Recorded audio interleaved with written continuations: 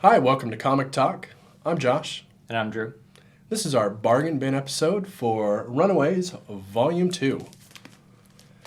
This is the second volume of Runaways, done by Brian K. Vaughan. And who's the artist on this? I've completely lost track. Alfonso and Young, right? And then there's also Alfana. Yeah. Well, I guess that works too. And Strain was also, I think he was the colorist, or she, I'm not sure. And then it changes to Miyazawa. All right, so we get a change halfway through. Yeah. The art style stays pretty consistent, though, I thought. I didn't really notice a change. Notice an artist change at all. It's like the old Bewitched when they changed Darren like halfway through and nobody really caught on. It's fucking Darren. Yeah. Like anybody's paying any attention to Darren. This is the second volume of Runaways. This was in 2005, is that right? Yes. Yeah, it started April 2005. The first series is fantastic, but it did not sell well. Later on, it did well in trade, and they gave Vaughn a chance to come back and continue that story. And so that's what he did here.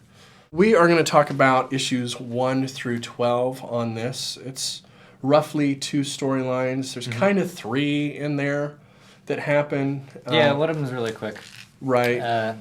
The series went on for 30 issues, I believe, so about 2.5 years. So this is, pretty close to half of This is a good chunk of it. Yeah. There are a couple interesting things to mention here. First of all, after this, I think about 10 more issues after this, Joss Whedon takes over, which is pretty interesting for people who are into Marvel, because, of course, he's kind of the orchestrator of the Marvel Cinematic Universe. He does Avengers and Avengers 2, and they run all the scripts of all the movies past him before they come out, and he actually took over on this after this. So if they continue reading this, they'll get into that.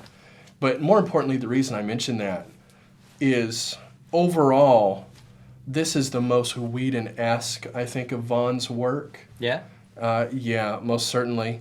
And in fact, the first run of this, Volume 1, has a lot of similarities with Cabin in the Woods, which was executive produced by Joss Whedon and written by Drew Goddard, who also produced Daredevil.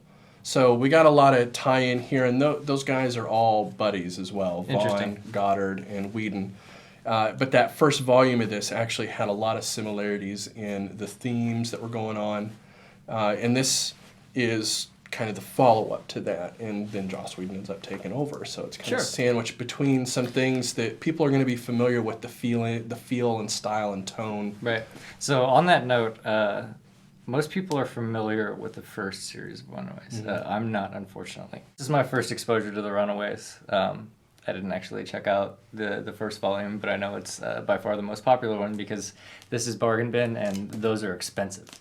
So why don't you tell a little bit about the first one and how it compares to this one, just an overall tone and feel and whatnot? Sure. First, like you say, it is pretty well known. It's a pretty renowned series. It has a considerably darker tone than this series does, or at least more weighty, because in the first series we're dealing with them literally running away from their supervillain parents and having to confront them and basically kill their own parents. But we also have an interesting setup there with that first series that sets up this whole concept of the West Coast being locked down by the Pride, which was their parents. And it's kind of Vaughn's in-universe way also of explaining why everything happens on the East Coast in Marvel. You know, all of your heroes are in New York and just the East Coast in general. You know, they really don't travel much to the West. And this is kind of the in-universe reason why is we have the Pride who are there keeping everybody else out, keeping all the other supervillains out. And the Pride really kind of is like an old school mafia where they have pretty reasonable standards of how crime should be committed, and it keeps it from getting ridiculous and really causing a lot of damage. They kind of minimize the damage. So, but what that sets up is the kids then take out their parents, and now villains are flooding into the West Coast. Right. And we also get probably West Coast Avengers around that time too. Yeah. I assume that's Yeah, I assume so as well. So tone-wise, from from what I gather, this one's quite a bit lighter. We mentioned before this that maybe the first 6 we get kind of a Runaway vibe. There's this kid who's poised to be the greatest evil in the universe, and they have to track him down and figure out who his dad is and stuff. And that gets pretty dark at times. But after that, and even during that, it almost seems... I don't want to say Deadpool at times, but I don't know really what else to compare it to. Like, there's just so many pop culture references in here. It's Whedon-esque, man. Yeah, I mean, every other page there's like a reference to a movie or some pop culture thing. Right. Which I really associated more with Brian K. Vaughan. Mm-hmm. I'm not super exposed to like the whole Whedon thing, but reading this, when I think of Brian K. Vaughan, this is definitely one of the series that I think of. Mm-hmm. Like this and Why the Last Man was the same way. Just, those one-liners, like every other page. Mm-hmm. Yeah. Everybody's just too witty for their own good. Exactly. Even like the dopey, non-witty characters are very witty and funny. They just have their own way of going about the humor, but it's still funny. I find myself constantly laughing through these books. I also love that they have a lot of cameos in here. We get everybody from Captain America, Cloak and Dagger, Wolverine. Iron Man, Wolverine, Spider-Man. We get tons of these appearances. But this superhero team of the Runaways is so different from every other team. They're not a part of the Marvel pantheon of characters. So they have this very different interaction with these characters, and you see them from a very outside perspective, and they almost are antagonistic with these characters. Yeah, they are. As a matter of fact, the fight scene with Molly and Wolverine and Captain America was one of my favorites throughout the whole book, because they were coming from somebody that she was trying to stop them, and her immediate solution to the problem was just to scream, like just sat there and like scream for a while. It's just such like a little girl thing to do. Right. Like, even though Molly is like easily one of the strongest characters in the Marvel universe, no, she was just gonna scream, right? Because she wasn't happy. Yeah, she's like a 12-year-old girl. Exactly. So that's what they do. She also got in a fight over cereal, which I love. Yeah, that's fantastic. It does a really great job of balancing somewhat absurd Seinfeldian problems with like big normal Marvel ordeals. You got the big supervillain, but there's also she wants cereal, and cereal's kind of expensive, and how can she convince him to buy her cereal? Like, you get these really goofy, not even interpersonal. Seinfeldian's the only way I can really the show about nothing. It's just little everyday things that you for some reason spend like 4 pages or 5 minutes or whatever talking about. Right. Which is fantastic. That's I love that kind of stuff. Yeah, and a lot of the big problems that show up end up being very quickly resolved and simple. Mm-hmm. It's the little everyday problems of being a bunch of kids living together and trying to get by that end up kind of stretching out and being, the things that the issues are about. Yeah. They're being chased down by foster care people. And, just how they're going to eat, little love triangles and stuff that pop up. Right. And those are the real meat and potatoes of at least the 7 through 12 issues. Mm-hmm. Again, the 1 through 6 is, pretty heavily focused on this character, Victor. But even then, we get some interpersonal stuff in there. So. Right. We have that interesting time travel thing that happens. There's definitely a lot of kooky, over larger Marvel Universe kind of problems that creep up here, but they're handled in a very left turn 180 kind of way from what you would normally see in a team book, especially from Marvel. So let's talk about the artwork in here then a little bit. We already mentioned that there's a change in artists halfway through here, and neither of us really even noticed when we were reading it. So on that note, it's pretty fairly Marvel House style, which they make jokes about this team being the Teen Girl Squad. So I think it's pretty appropriate. I don't know that I necessarily want to see Molly drawn in a super avant-garde way. Like, she's a cute little 12-year-old girl. Just draw like that. Yeah, I think it fits it really well. And I think you're right. Just Marvel House style is probably a good way to describe it. But I don't think that's a problem per se. But this isn't a book that you're really going to find yourself picking up because it has incredible art or art that's going to blow you away or change your perspective of how... Or even the paneling. I mean, the paneling's pretty standard as well. It's quite standard, actually. It's almost blaringly normal. Really, all the cleverness in this is going to come from the dialogue, interpersonal relationships, narration, things of that sort. Mm-hmm. Yeah, and also just the weird left field turns that things take is often what a lot of these issues hinge on. A lot of times the move to the third act of the issue is always like some weird way of resolving the problem that you don't expect, which is really what I think sells the book. Before we get into spoilers, let's talk about the fact that this is a bargain bin series. We mentioned it, but that is what this video is for. So what that means is you can pick up these issues first run off of eBay at your local comic store for less than you can get a normal $2.99 book off the shelf. Yeah, easily. My comic shop had these at about $1.35. You'd easily get the whole run off eBay for about $40 if you really wanted it. Right, the whole thing. Yeah. Yeah. And that's 30 issues, so that'll take you some time to get through. It's right. These more cost effective than $2.99 books or $4.99. Yeah, exactly. These 12 issues that we're specifically talking about here, you can get that whole thing for about $20. And you're talking 2 trades worth of stuff here. And we're talking the original issues, great the shape. ads in them and everything. Yeah, everything, not trade form. This is if you want to get classic comics. And that's just because this isn't volume 1. It's one of those things that's kind of been looked over, and that's really what we focus here on the bargain bin is stuff that's great or just as good or even better sometimes than some of the expensive stuff that just doesn't get the collector's ire. I think that's the wrong word, but it just doesn't. Yeah, collectors are just fucking weird, man. Yeah, they only want the right, correct thing. And it's like, well, this is Brian K. Vaughan on the same fucking series, and you're gonna tell me this is worth like 100th of the original, like objectively. Right. Yeah, it doesn't make any sense really. It's good for me. Yeah, exactly. And also, you can pick this up before we get into spoilers. You can pick this up without reading the past stuff. Drew here didn't read it. Yeah. It doesn't matter. You No, don't need matter. it. It explains what it was. It's just like picking up any series from Marvel without reading the origin story. The whole original series is the origin story. This is just the team book. So you can pick this up and just go with it, and it's awesome.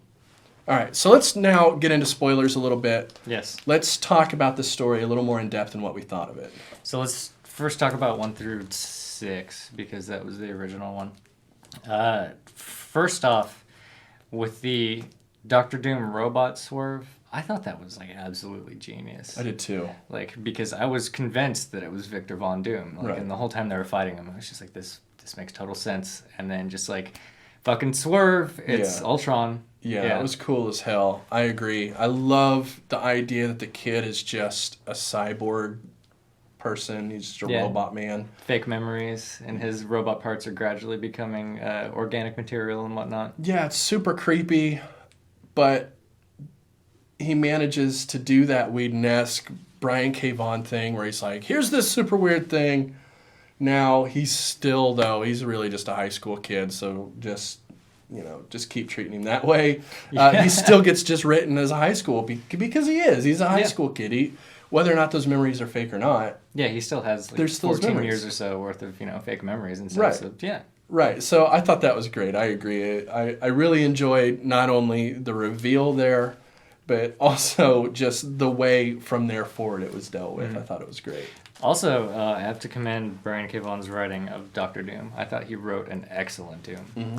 Like the fight sequence when he was talking and stuff, like it was badass, Mm-hmm. I think he really did service to that character. I think so too. On the other hand, his Ultron was a little bit goofy. It was a little bit goofy. Which I kind of liked too. There's nothing wrong with, hamming up a character a little bit here and there. Yeah. And I think it oddly kind of fit him in a way. There were a couple good sequences with him, like when he was explaining to Victor like his plan and basically the whole like villain monologue thing. Like I thought that was pretty well done. Like just the way he painted, like there was a a West Coast violent organization calling themselves the West Coast Avengers that interfered with or that murdered the first couple children of the Dr. Pym that made me. And yeah, it was awesome. It was like back in the day that Three Little Pigs book from like the wolf's perspective. Yeah. But like the whole thing with where he was stuck hanging out in like a studio apartment for a while, like that, just the idea of Ultron. Yeah, his severed head just chilling there. Chilling, in an apartment for a while because he's got to get his shit together. That was the one where because he decided he was gonna use the patience of humanity to destroy him. So yeah, he's like, I got a little place, and like I just waited, and it was him in a studio apartment with a little like hourglass thing. Yeah, and a telephone. He's got a telephone. Yeah, and he was just chilling there, just watching the hourglass. Fuck it, just waiting. Yeah. I thought the kid's like 14 now, so I got 7 years. Yeah, just watching this fucking hourglass. What's the fucking hurry? I'm a robot. Right. Yeah. But I thought that was a clever take as well.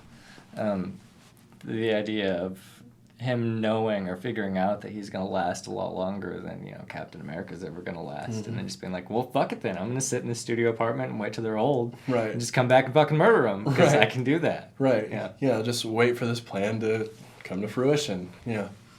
So all in all, I really liked that storyline. Me too. And I felt like we got a little bit of character development, but not a whole lot. But that's probably good for a first arc. You don't really want your characters to change too much in the starting arc. You want to establish them rather than... I thought it did a pretty good job of developing Victor, but not really like the team itself. And I think that may have been a choice just because there was a first series of Runaways. So, for people that are coming back to it, it's like, okay, well, I don't want to like hammer these same characters in again. But for people, that are new to it, we can at least, give them the gist of them, but really focus on this new guy. So I think it was probably a good call in the long run to sort of work on Victor first and everybody else sort of peripherally. Yeah, I imagine, so for you, because you didn't read the first series, he probably felt like you're into the story, didn't he? Or like your avatar in, right? Right. That's interesting. Because for me, he's kind of an interloper or an outsider coming in. I'm reading the series as he's the new guy and you can't really trust him. But thinking about it from your perspective, how did you see that then? Like, well, I mean, I knew... like the Runaways are obviously the good guys, because it's their title, But I definitely probably sided with Victor, I would say, more than somebody who would have read the first series before, because, your first exposure of him is just like him hanging out in his room with his friend and, geeking out about superheroes and stuff, and then you find out, his mom's like working 3 jobs and going to night school and stuff. And I mean, he's a very sympathetic character, so you don't want to believe that he's in the wrong. And then, a bunch of people show up and say that he's going to murder everybody. So that's... Right. It's pretty interesting. Because in the first series, one of the recurring themes is everybody that they trust fucks them over and over again. I've read a lot about that Alex character. Right. So. Yeah, he was kind of their leader, and he fucked them over. But everybody that they brought in consistently, they would bring somebody in, think, we can trust him, they get screwed. They bring another person in, everybody they tried to help end up screwing them over. So I love the fact that in this first arc, you get that same setup again. Here's another guy, and he's clearly got a problem. This guy's clearly going to be an issue again, because that's what happens to them. And then it doesn't, and I thought that was great. So what do you think about the... Coalition of ex-superhero... I loved them. Yeah? Yeah, I loved that whole thing. It was corny and just far-fetched, the idea that they would have this group. I love the idea of the group, first of all. Like a Superheroes Anonymous. Where they, support group. Yeah, they don't want to be superheroes anymore, but that's super difficult to do, so you need a support group. I think that was really clever. I love the way it was put together. At first, I wasn't sure what the angle was there. But then when we see that, now it's a setup and they're all going to go out and become superheroes again, it maybe felt like a setup of a whole different book that was kind of interloping into Runaways in a yeah, way. and we still haven't, at least in the first 12 issues, seen that kind of like flesh itself out. I mean, it's developed, substantially, but it's still not completed by any means. You know, Right. they're still out there looking for them, and they have they know who the anonymous donor is, but But yeah, overall, I liked the idea. I liked the characters, and I liked the interplay of it. And again, like you say, they're now this just other entity that we have to worry about each time. It keeps the Runaways moving, and it keeps the plot moving forward, because Right. they can't just hang around. I also like that they have so many problems within themselves. I mean, there's been a couple times when the Runaways have gotten away just because they were having like little quibbles Yeah. with each other and stuff. Yeah, it's not like, always they're supposed to be the adults in the situation. Right. Yeah, and they're doing worse than the Runaways usually. Yeah. Yeah. You see that a lot. That's kind of a recurring theme. Like, the adults are just kind of idiots in this. Yeah. Yeah. Yeah, it does have that classic like Sunday morning cartoon thing where the kids are always the smart ones, and then Yeah. adults are the ones with the wrong idea all the time, or following the wrong leads, South Park's kind of like that too. being I guess. inappropriate. Yeah. Yeah. So the next 7, like 7 and 8, or maybe 7, 8, and 9, one of the two. What's the name of the Star Girl? Caroline, Caroline. or is it Carolina? Just I think it's Caroline. this girl. Yeah. She takes off. This is a little bit out of left field. Yeah, I don't know still what to think of that. Right. I think maybe they just wanted her out of the series, like for some reason or another. No, I think it's a setup for something bigger, Yeah. something more, maybe like I a hope cosmic so. adventure.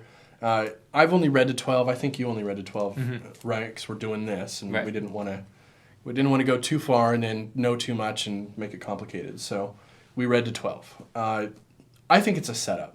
I think we're going to later on down the road see more of her. She's going to come back, and we'll get kind of a payoff for all that. I hope so. She's a great character. She was a great character, and really enjoyed the exchange between her and the goth chick when she tried to kiss her and stuff. Because, again, this is just, real-world problems taking precedent over cosmic world-ending shit. That's really the strength of this series, and I think it was an excellent sort of subplot line that they put in there. And I don't think I really saw it coming. In the first issue, she tells this girl that she's really pretty, but that's just kind of like a teen girl thing, Like, oh my God, you're so pretty, and that's how it comes off. Yeah. Overall, would you say thumbs up on that little Yeah, mini? I liked it. I thought too. it was cool. And again, it did kind of come out of left field. Even within the story itself, it's like you're kind of lost in what the hell's going on right along with them until the moment that he explains what the hell's going on. You're like, oh, okay, yeah. Yeah. And even then, the resolution is just kind of like, well, okay, Yeah. whatever. So it's a strange sort of transitional thing. But the next one gets into some Cloak and Dagger stuff. Like the characters, Yes. Cloak and Dagger. Characters Cloak and Dagger, which I haven't read much with them in it. Me neither. I remember them from like Maximum Carnage, that Sega Spider-Man game. That game's fucking hella good. I love that game. But that's really my only... so I kind of know how it works. Like the cloak can transport people and whatnot, and I assume Dagger has knives and shit. Right. So what'd you think? Well, my only exposure to Cloak and Dagger is Runaways Volume 1. Okay, they were in that too. They were in that, yeah. And it's actually explained in here a little bit. They don't remember them because there was some whammy that they did to them to make them forget them, so Sure. they wouldn't find them in their hideout. Actually, I didn't want the adults to know where they were hiding, that kind of thing, if I remember correctly. But it all comes back to them, and Cloak comes and finds them. And overall, I thought this was the strong point of the 12. I really liked this quite a bit. See, it's tough because I really liked 1 through 6 as well. I thought really that the first initial storyline, maybe it was because that was just where I was getting into the series. And, like, again, this is a fun read. This is very, if you're into just, like, brooding and ultraviolence and shit, this is not your book. No. So, yeah, maybe it was just the first introduction and, just the fact that it is a fun read. But I would say it's at least as good as this Cloak and Dagger run, if not better. Yeah, I'm not saying the first I didn't like that first 6. Well, it's fucking better. It's just there was some things in this that I really liked. Well, let's talk about that. I loved how they dealt with the cameos. I loved Spider-Man in here. I loved Captain America and Iron Man, Wolverine. This is just cram-packed full of like New Avengers cameos here. Or regular Avengers. Yeah, I don't know. I thought it was a little bit cheesy after a while. I felt like they were just kind of bringing him in just to be like, oh, it's Spider-Man's in this book this month, so you better remember to get it, Spidey fans. Well, I kind of liked it because of that. I felt like that's something that you see a lot in Marvel, where these characters they'll pop them in there to sell books, but there's like a little checklist at the back of the issue, like make sure you're reading this and this and this to get the whole storyline. The thing is, though, usually in most Marvel books, especially around this time, around this just before the golden age or whatever they called that, I don't remember, but they were doing that a lot. But these characters would show up in a book and they would kind of lead everyone around by the nose and be the linchpin, so it'd be, you're reading Spider-Man, but Wolverine's in it, so it's basically a fucking Wolverine comic for this issue. Yeah. But I feel like he was almost playing with that idea, and he's saying, okay, well, Spider-Man's in this one, and then he's going to do the normal thing where the adult comes in and solves the problem. And then they're just like, well, you know what? Nah, screw him. Like, I don't trust this guy. Let's just beat the crap out of him and move on. And, so we get that with all of them. Each one that shows up, they're like, I did enjoy that. Fuck you. Molly beat the shit out of Wolverine. Cloak escaped from Captain America. I guess that was the big deal. Spider-Man got beat up by... What is the goth chick's name? I can never remember her name. Is it Miko or something like that? Mika, I think. It's just fucking... Nico. Yeah. Nico. So Nico. Yeah. Beats the hell out of Spider-Man. Yeah, shocks the shit out of him. Yeah, so I loved that about it. I thought it was funny because you get that normal situation and then you just turn it on its head, because that's what Runaways do. That's sort of the MO of this series. They take these very standard things and they say, well, what happens if you throw a bunch of unruly kind of fuck the world kids into this mix, and how would they interact with these people? And so you end up with them being like, yeah, screw them, and like talking shit on Captain America, like all these adults, because they're kids, they're high school kids, and that's how high school kids are, They're like, I met Captain America and he was a butthead. Yeah, in one way they're like, they look up to him, but in another way, they have to be cool and not just bow to authority or the adults, Right, and that's kind of their MO as well, as like adults, in their lives have just kind of screwed them over and stuff, so that's the rules, no adults. Right, which is funny. I thought it was funny, and I think it's handled well here. We get that thing that Marvel always does, but done in a different way that fits this series, I think. Yeah. Does that wrap it up for us? I think so. I think it does too. What do we got next?